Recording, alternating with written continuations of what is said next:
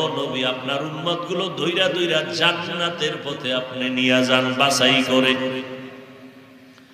আমি তখন আনন্দ চিত্তে আমার উম্মতগুলো ধরে ধরে জান্নাতের ময়দানের দিকে লাইনে দাঁড় করায় দিব, আগে কাউসারের পানি পান করাবো। আম্মা জান আয়েশা বলেন, নবী, হাজারো কোটি কোটি মানুষের মধ্যে আপনার উম্মতগুলো কেমনে চিনবেন? মুসা নবীর উম্মত, ইব্রাহিম নবীর উম্মত, ঈসা নবীর উম্মত থাকবে।